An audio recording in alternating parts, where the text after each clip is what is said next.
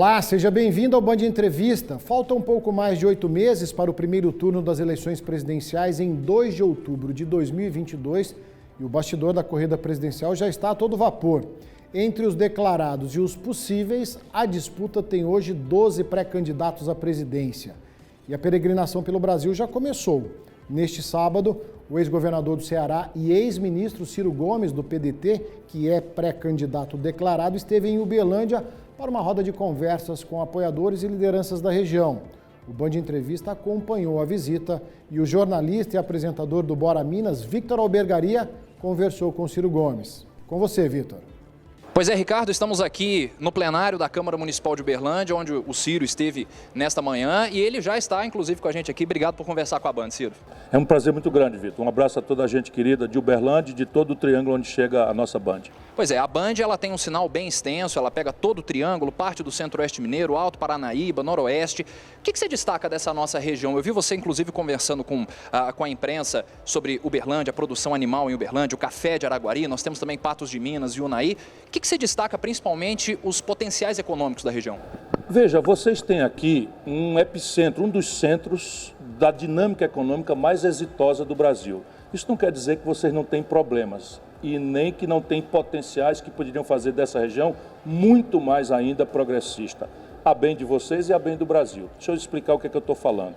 Vocês têm, e Minas Gerais tem essa característica de uma geografia muito diversa, então você tem um Vale do Aço que está trabalhando a mineração e ali tem que evoluir para aços finos e tem um reflorestamento na Senibre e ali tem que evoluir para não concentração, né, de renda que esse setor acaba provocando se não houver políticas de disseminação.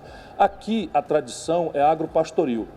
É uma conexão muito grande, não é, com esse eixo de São Paulo, que está muito avizinhado, a conexão, a gravidade, as forças gravitacionais da economia conectam vocês por aí, mas veja, 50 de cada 100 reais do custo da produção veterinária ou agrícola são importados do estrangeiro.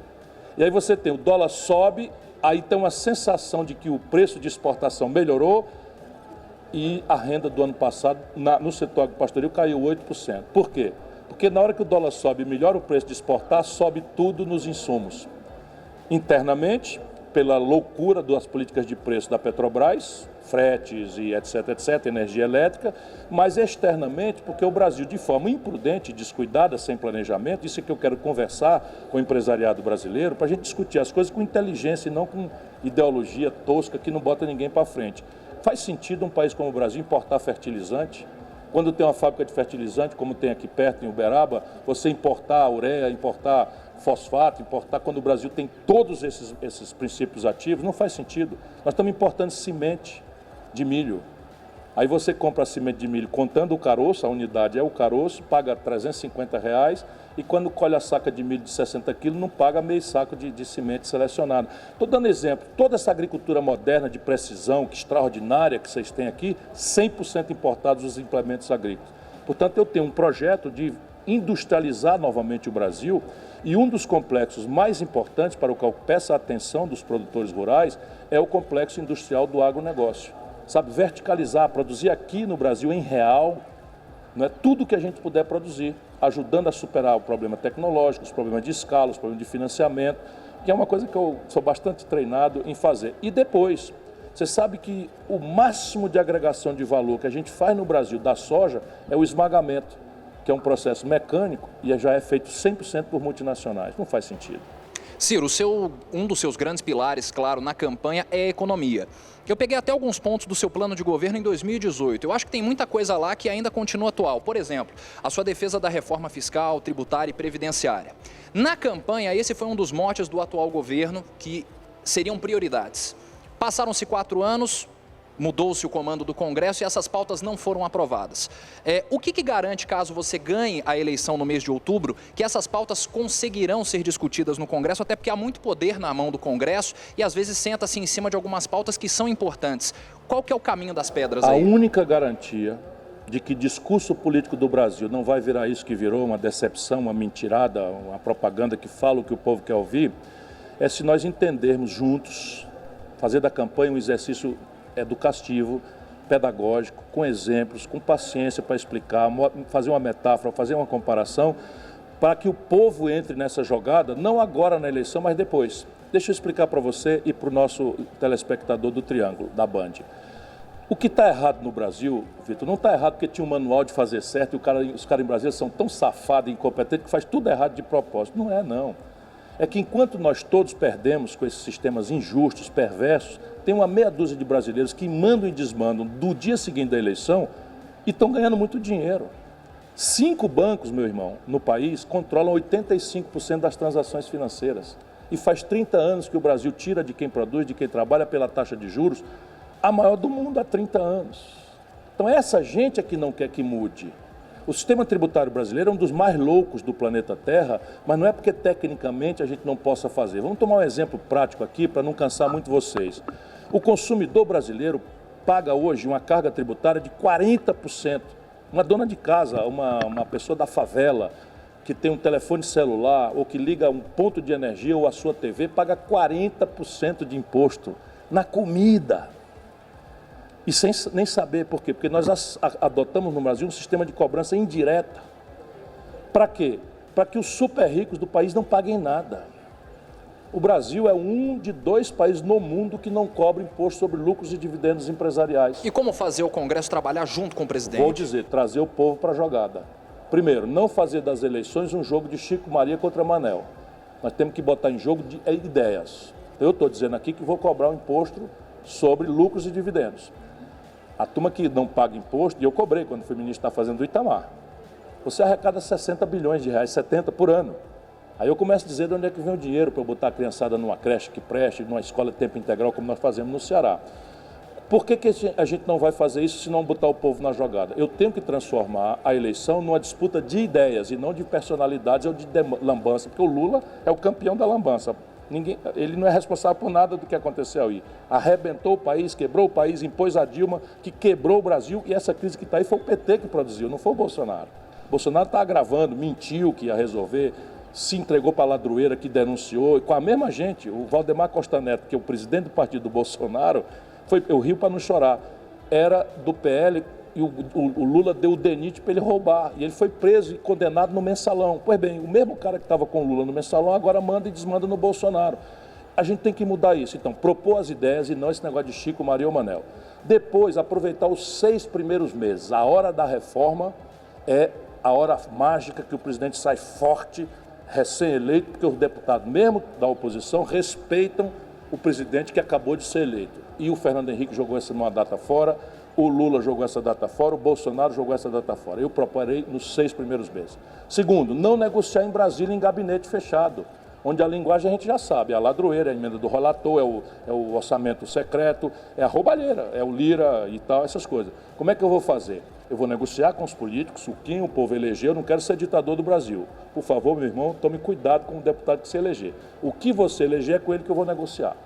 Só que eu vou negociar numa sala aberta e vou trazer para essa sala não só eles, mas vou trazer os governadores e os prefeitos, porque hoje 23 dos 27 estados brasileiros estão quebrados.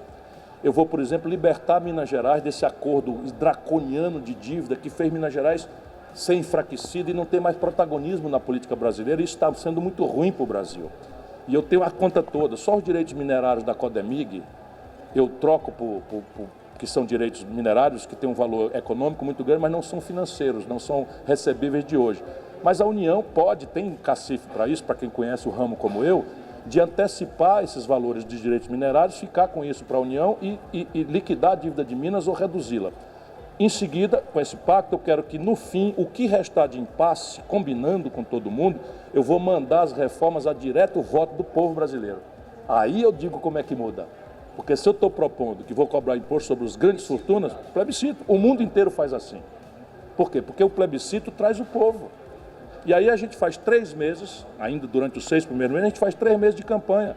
Eu vou lá defender as reformas que eu advogo, que eu propus na campanha, portanto estarei sendo coerente com o que eu prometi e o povo me elegeu com as minhas ideias, e quem for contra vai ter o direito garantido por mim de se expressar contra.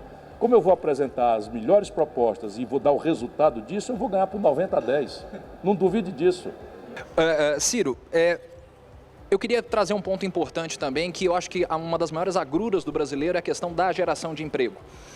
O Brasil patina ainda na questão da geração de emprego e No seu plano de 2018, você já propunha a revisão das leis trabalhistas. Lula recentemente disse que, se for eleito, ele revoga a reforma trabalhista de Michel Temer. Qual que é a sua posição em relação a isso? O Lula está mentindo, de novo. Em 2018, eles não deram um pio sobre o assunto. E eu não estou falando em revogar, eu estou falando em fazer uma revisão. Por quê? Porque o mundo do trabalho, o Lula não entende nada disso, parou no tempo e no espaço, é uma bola de chumbo amarrando com o carisma dele, com a popularidade dele, o Brasil no passado. O home office, nem a palavra em português tem, que é o trabalho remoto, o trabalho digital, tudo isso é uma novidade que a CLT não sabe o que é. Portanto, nós precisamos adaptar, flexibilizar a legislação trabalhista para essas novas práticas. Porém, a guia dessa flexibilização, modernização, não pode ser introduzir no mundo do trabalho insegurança jurídica e muito menos insegurança econômica. O que é isso na prática? Essa reforma que está em vigor permite que um patrão pague a um terceirizado para fazer a mesma coisa que um empregado direto de carteira assinada faz, com a mesma jornada de trabalho, um salário que é metade. Isso está errado. Essa legislação que fizeram aí permite que o brasileiro pague a uma mulher 70%, 75% do salário que o mesmo patrão paga para um homem pelo mesmo trabalho, pela mesma jornada. Isso não pode ficar assim. Então, veja, eu vou chamar as centrais sindicais, as centrais empresariais, um mineiro chegou na Fiesp, isso vai mudar. Josué Alencar assumiu a Fiesp e você agora tem uma interlocução séria para você discutir. Por quê? Porque o capitalismo moderno, Vitor, se afirma no consumo de massa. É aí que está a garantia da escala, de você ganhar mais porque vende mais, não porque vende caro para poucos. E a renda é o pressuposto do consumo. No Brasil, nós estamos destruindo a renda do povo, o salário mínimo tem o pior poder de compra dos últimos 16 anos, e a informalidade selvagem já alcança 70% da força de trabalho do Brasil. Resultado, da renda definhando, fechamos 350 mil comércios no Brasil, nas últimas loucuras da Dilma, do desmantelo do Lula, do PT para cá. Fechamos 38 mil indústrias, demora uma pena para você abrir uma indústria. Fechamos 38 mil indústrias, a Ford estava no Brasil há 54 anos. Por quê? Porque ninguém tem dinheiro para comprar, o crédito colapsou. 72 de cada 100 famílias no Brasil estão endividadas, o maior endividamento, os juros subindo, a inadimplência é a maior da história. 64 milhões de irmãos e irmãs nossos estão no SPC, banidos do crédito, e quando faz o sacrifício de pagar uma prestação, cai no tal cadastro positivo. Tem que limpar tudo isso e vir em apoio do desenvolvimento do Brasil, que precisa de um consumidor, sabe, com renda e com crédito para consumir. O Band Entrevista de hoje com o pré-candidato à presidência Ciro Gomes do PDT vai fazer uma pausa rápida. Voltamos já. Carlão Materiais tem o maior estoque de Uberaba. Aqui você encontra de tudo para sua obra. Tem uma coisa maior do que o estoque do Carlão. Calma, careca, eu desconto. Telha Brasilite 366 por 1,10, 99,90. Porta alumínio 80 centímetros, 639,90. Bacia sanitária Diva, 115,90. Vem aproveitar. Carlão Materiais, seu shopping da construção. Olha o verão, hein, gente? E tem oferta no Barrões para você aproveitar. Açúcar Cristal Delta 5 quilos 15,98. Biscoito recheado Nikito 1,69. Frango caipira em Bento 10,99 o quilo. Lombo suíno Saudale quilo 14,98. Kit Coca-Cola mais Fanta laranja 2 litros 10,90. Petra puro malte 269 ml 1,79. Vinho argentino Omnium 24,90. As ofertanças de verão Barramos chegou com tudo. É para economizar de verdade. Para você que deseja homenagear amigos, familiares, equipe de trabalho, formandos e noivos, ou até mesmo fortalecer a sua marca agradando seus clientes com brindes finos e promocionais. Cobrimos ofertas no atacado. Casa da Homenagem, Avenida Cesar Alvim, 1216. Produto bom, com preço top.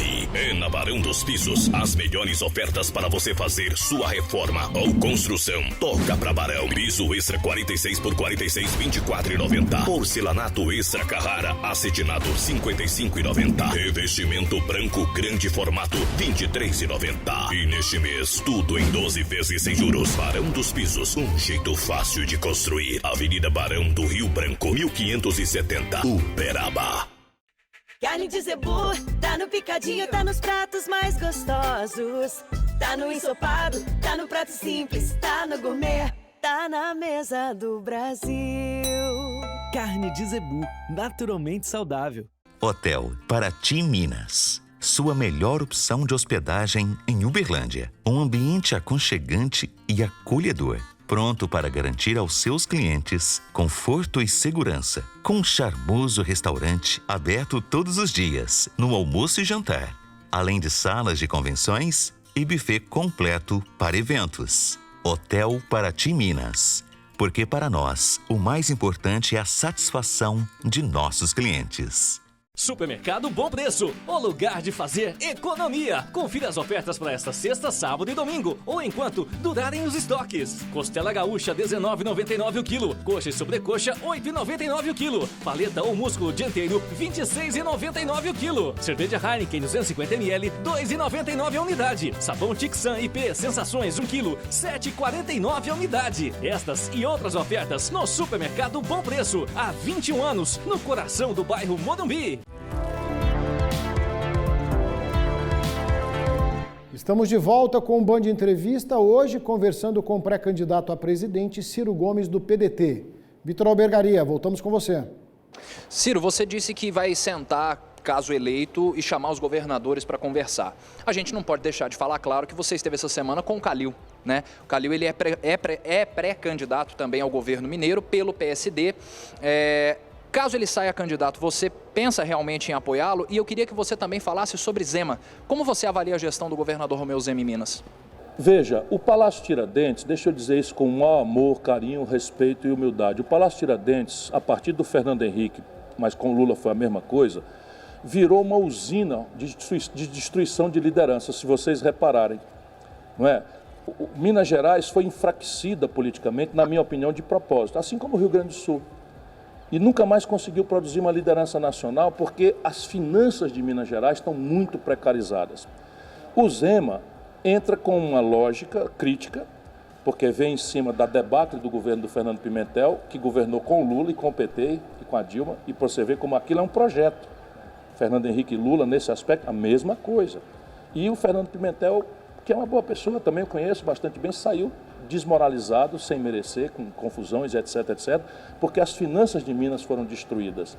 E assim tem sido. Teve ali um momentozinho de paz com o Anastasia, que é um bom administrador, que foi o elemento essencial para o equilíbrio das contas, mas é uma conta precária. Então você veja, desde lá, quando o Itamar Franco foi governador de Minas, que Minas não consegue se projetar. Por quê? Porque a tarefa aqui dentro é tão impossível de ser realizada, sabe que os governadores, como faz o Zema, tem que se sustentar muito mais no discurso, na personalidade, no carisma, e todos têm, basta nascer mineiro, já tem personalidade e carisma, mas não tem realização, não tem entrega. Eu estou vendo nascer um homem com a força dessa Minas Gerais altiva, que é o Calil. Porque eu amo o Brasil e, portanto, amo Minas Gerais e preciso que Minas Gerais se levante, sei o quê, não tem mudança no Brasil. Eu servi ao Brasil como ministro do grande Itamar Franco. Foi ele que nos deu a moeda. Foi presidente do Brasil. Né? Cadê o candidato a presidente que tem protagonismo hoje? Né? O Lula está fazendo um conchavo em São Paulo, nem se lembra de Minas, nem para vice. Eu vou procurar um vice mineiro. Mas o Calil, eu acho que tem as qualidades de um grande administrador, tem o carisma de uma relação popular, sabe, sem ser mentirosa. Ele fala não, ele fala daquele jeitão dele e tal. E é o cara que eu acho que tem capacidade de interpretar essa Minas altiva, de peitar o poder federal e exigir que Minas Gerais seja tratada com devido respeito. E para mim, eu quero o lugar na história do presidente da República que emancipou Minas Gerais. E como fazer? Porque, claro, ainda está tudo muito no comecinho ainda. O PSD discute o lançamento de alguns candidatos à presidência, inclusive o mineiro Rodrigo Pacheco, né? A ideia do PDT é buscar o máximo de aliados, inclusive nos governos estaduais, nessas corridas estaduais, para ter um escopo maior para a sua candidatura? Numa candidatura de rebeldia da esperança como a minha, eu tenho que aprender a surviar e chupar cana e jogar uns bambolês e andar de bicicleta. Tudo ao mesmo tempo, sem problema nem queixa. Então veja, a primeira grande tarefa é construir um projeto. Tentar que o povo brasileiro obrigue que todos os candidatos falem sobre o que nós estamos conversando hoje.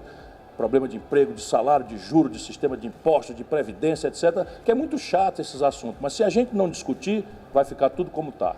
E a crise vai se eternizar. O Valdemar Costa Neto vai romper com o Bolsonaro e vai aderir ao Lula. Percebe? Como já aderiu lá atrás, como já vinha do Fernando Henrique. Eu estou propondo mudar tudo isso. Então, meu serviço é mais pesado e mais necessitado do apoio do povo do que qualquer um de nós. Eu quero mudar o modelo econômico e mudar o modelo de governança política na direção do que eu já construí com você. Tem um livro escrito para ter onde as pessoas me criticarem, melhorar as minhas ideias. Porém, uma das tarefas é eu articular com os estados. E eu estou conversando freneticamente. Eu tenho uma inclinação, uma simpatia, que eu não escondi ninguém, porque sou muito amigo dele. E ainda torci, sabe, muito entusiasticamente, porque repare bem, quando começou o Campeonato Brasileiro ano passado, todo mundo dizia que o Flamengo já ganhou, está assim igual o Lula, salto alto, já ganhou e tal. E veio o Atlético Mineiro, o nosso galo, e tchau! Foi o campeão de todos nós brasileiros que cultivamos a humildade. Portanto, esse já ganhou, esse salto alto, gosta de levar um sustinho e o Atlético mostrou essa coisa. Então, veja bem, estou conversando no Rio Grande do Sul, estou conversando em São Paulo, conversando no Rio. O primeiro acordo que nós fizemos foi no Rio de Janeiro. Ainda não amarramos, não é comigo, é um acordo pelo Rio de Janeiro que está mais ferrado do que Minas, sabe, arrebentar o Rio. O Lula apoiou, Sérgio Cabral, Crivella e tal, está lá no Rio de Janeiro, esse desastre todo, o Lula apoiou todos os governadores que foram parar na cadeia.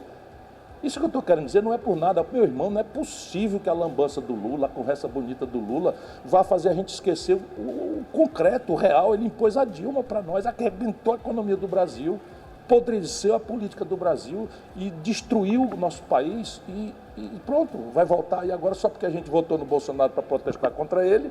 E agora, muito bonito, vamos votar no Lula para protestar contra o Bolsonaro. O Brasil não aguenta mais isso. Então, eu estou fazendo essa costura. Na Bahia, por exemplo, está fechado, nós vamos com a Semineto. E em Minas Gerais, eu gostaria muito, o nosso partido aqui é dirigido pelo deputado Maria Ninja, mas eu gostaria muito de apoiar, se ele decidir ser candidato, unilateralmente apoiar a candidatura do Calil. Ciro, nós temos aí mais ou menos mais uns 6 minutos de entrevista ainda, e eu tenho alguns pontos importantes que são polêmicos e que era importante ouvir sua opinião também. Fundão eleitoral, você é a favor? Eu sou a favor do financiamento público de campanhas, não hoje. Eu escrevo um livro propondo alternativas para o mundo contra o neoliberalismo aplicado ao Brasil. Esse livro foi traduzido nos Estados Unidos, foi traduzido no México e está ainda disponível nas livrarias, chama O Próximo Passo, uma alternativa prática ao neoliberalismo. No Brasil, nós temos duas alternativas. Ou a gente estatiza as campanhas, tipo, acabou dinheiro privado e público em campanha política. O TSE vai centralizar as campanhas todas, é uma proposta radical que eu fiz lá. Aí o TSE faz um fundo desse aqui, bota aqui Ciro Gomes 12, e eu venho aqui, faço a minha proposta para o povo sem conversinha, sem música, sem não sei o que e tal. Isso é uma coisa para a gente fazer uma transição para acabar com essa relação podre do dinheiro com a política. Entretanto, o mundo sabe, e a gente tem que aprender, que o poder econômico, Vitor, é um dado irremovível da realidade. E o poder político é um dado irremovível da realidade. A gente não pode brigar contra isso. É assim no mundo inteiro. No socialismo, no comunismo, no capitalismo, é assim igual. Se o poder político é quem dá e tira prêmios e punições, o poder econômico vai procurar se relacionar com ele. A única forma disso não ser clandestino, podre, é botar a luz do sol em cima. Financiamento público de campanhas, pelo menos por uma transição. E isso me faz ser a favor disso. Acho, entretanto, que perder a moderação. Num país que está na crise que está, não faz sentido o Bolsonaro canalhamente acertar com esse centrão um fundo de tantos bilhões de reais. Não é razoável. Ciro, Supremo, há muita discussão sobre decisões que vêm e voltam, falam que há muita ingerência política porque a indicação é política. Qual que é a posição sua sobre a Suprema Corte do Brasil e como que será, deve ser, claro, amistosa, mas como que será num provável governo Ciro? Eu sou profissional do direito, eu sou professor de direito. E numa democracia, no Estado de Direito democrático, alguém tem que ter o direito, o dever de dar a última palavra. O que não quer dizer que essa última palavra é boa, nem que a gente goste, nem que a gente precisa bater palma. Apenas viraria um curto-circuito se não houvesse um órgão, dentro da estrutura de organização das decisões coletivas, que diz assim, essa é a última palavra. Ou seja, o Supremo, como dizia Rui Barbosa, é o que tem direito de errar por último. Isto dito, eu vou propor, o que eu já falei na campanha de 18, um esforço grande, com diálogo, com respeito, mas um esforço grande, inclusive com inovações institucionais que serão escritas e anunciadas, para que cada um dos poderes volte à sua caixinha. Quando eu falei isso na eleição passada, foi uma confusão, porque estava no auge do humorismo. O que é o humorismo? Um juiz semi-analfabeto, ambicioso, sem limite, condena um político.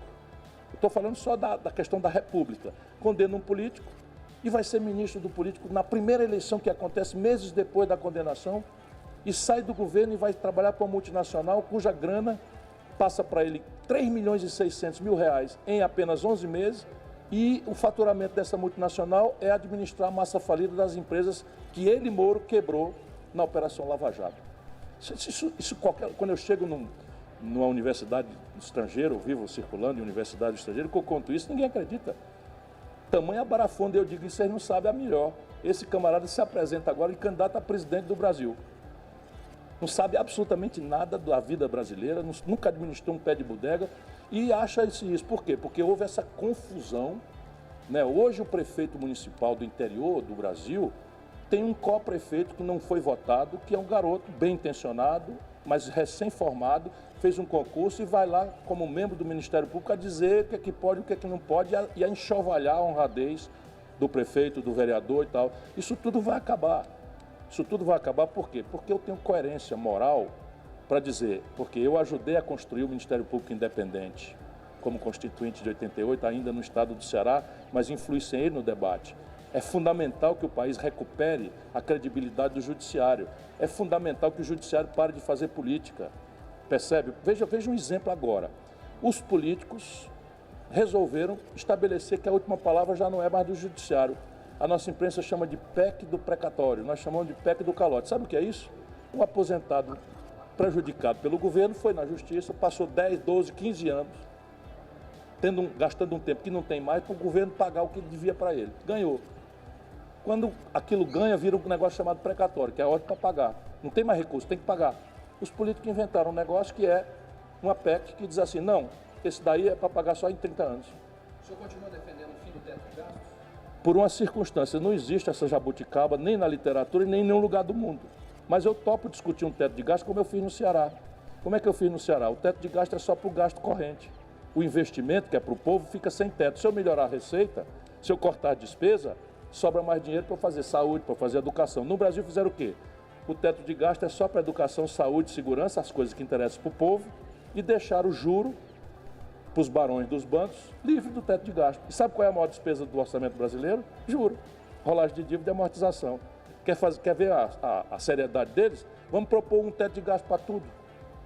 Eles pulam lá do outro lado. Então, para eles, o povo pode morrer no hospital, o cidadão pode ser humilhado do desemprego, o salário mínimo não paga uma cesta básica, para ele ganhar na goela do mundo todo, egoísta que é, juro. Então, não vai ter mais, acabou. Nós vamos fazer o negócio como eu fiz. Sabe quantos dias eu tenho de déficit? Governador de um estado, prefeito da 5ª maior cidade brasileira, ministro da Fazenda, comandei a economia do Brasil, nenhum dia de déficit. Sabe qual é o maior superávit primário da história do Brasil, a maior sobra de dinheiro para investimento? Ciro Gomes, governador, Ciro Gomes, prefeito, Ciro Gomes, ministro da Fazenda. Sabe quanto foi que sobrou? 5,4% de superávit primário. Isso é a minha história. E eu precisei de teto de gasto? Não, eu precisei ser sério, como eu procuro ser. Bom, Ciro, a pauta era muito extensa, a gente sabe que o tempo é super apertado, mas de toda forma... Eu volto aí proximamente. Por favor, você já está convidado para a próxima vez que vier a Uberlândia conversar novamente com a Band e conversar com o eleitor para que as ideias fiquem extremamente claras. Agradecer você por conversar com a gente. Seu sinal está chegando a mais de 120 cidades, Triângulo, Alto Paranaíba, Noroeste. Obrigado e desejo todo sucesso na campanha para o senhor. Obrigado. Vamos obrigar todos os candidatos a apresentar ideias. Ódio, paixão, sabe? Deixa que eu chuto. Chico, Maria, Manel, não vão resolver o nosso problema. Obrigado, Ciro. Ricardo, de volta com você no estúdio. Obrigado, Vitor, pela participação. E o Band Entrevista de hoje fica por aqui. Você de casa pode rever a entrevista completa no YouTube da Band Triângulo. Obrigado pela sua atenção e até o próximo programa.